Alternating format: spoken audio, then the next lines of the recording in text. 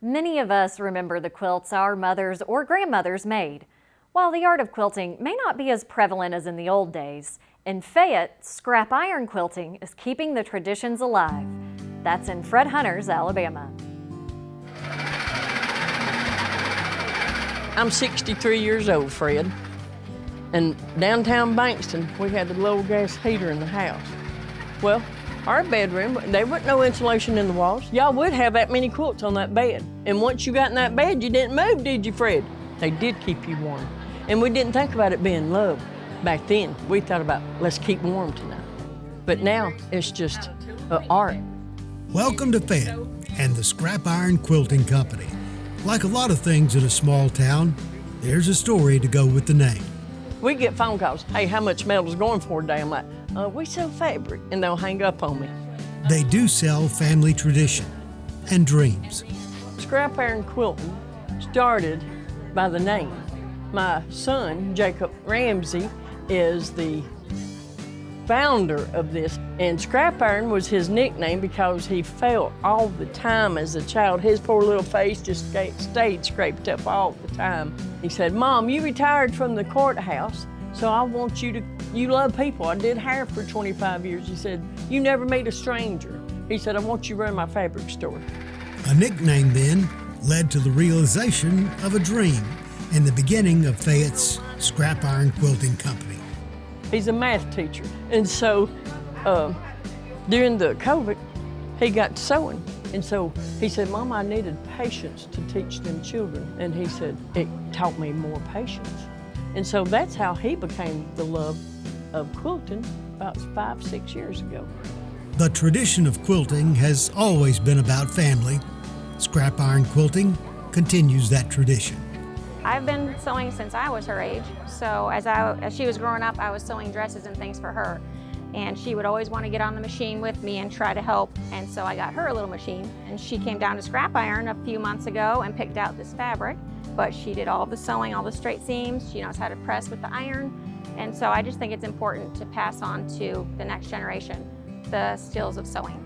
She made this quilt for her daddy. He's a veteran, and she made this for him to hang up in his shop. Quilting and family fit in Fayette. It's like a family here in Fayette. We all come together and we love it.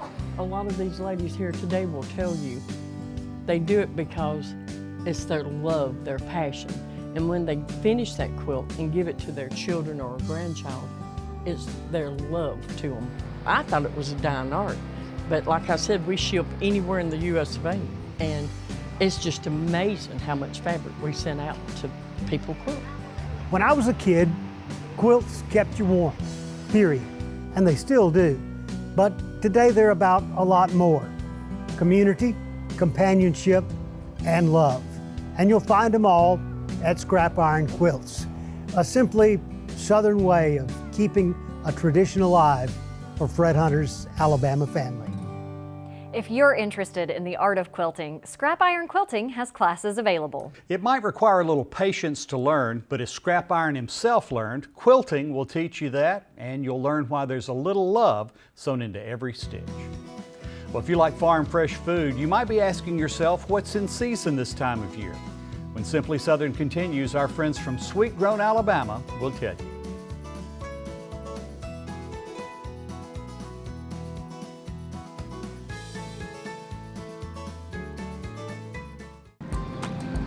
Alpha Insurance is here for you. In the big moments and the small ones. When things are going great and not so great. We're by your side, safeguarding your home from all of life's little surprises. Defending the home court with peace of mind protection since 1946.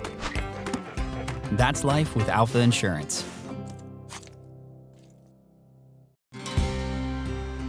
I'm Heath Clary from Greensboro, Alabama. I'm proud to be the Alabama Catfish Farmer of the Year. I've been raising catfish for 9 years, and I've been eating it longer than that.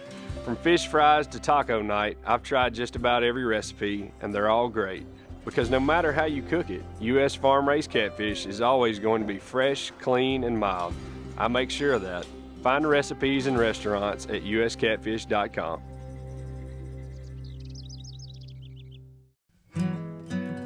Every day across our state and across our nation, farmers wake up before the sun and work tirelessly to grow the food we need.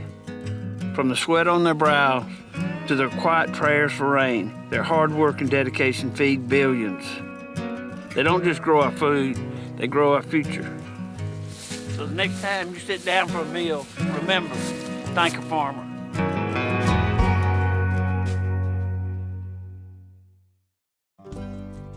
Soybeans is a very versatile product. We make crayons out of it. A lot of the combines you see rolling through the fields have a lot of plastic side panels that are made from a soy product. The soybeans that we grow on our farm mostly goes into chicken feed. Soybean production in Alabama employs over 10,000 people. We grow some of the best soybeans in the world.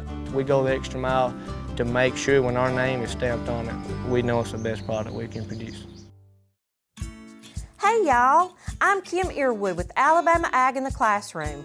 The poet Ralph Waldo Emerson once wrote, "All my hurts my garden spade can heal," which sets the theme for this week's Miss Kim's Book Corner. In Sweet Pea Summer, a young girl stays with her grandparents while her mom is in the hospital. The grandfather introduces the worried child to his sweet pea plants, describing the prized blue flowers they can produce. He puts her in charge of the plants, even letting her enter her harvest in the flower show. Through research, trial, and error, the little girl's efforts pay off with a winning entry and a newfound love of gardening. Sweet Pea Summer is just one of many books you'll find by visiting agfoundation.org/books. Miss Kim's Book Corner is brought to you by Alabama Ag in the Classroom. See you next time.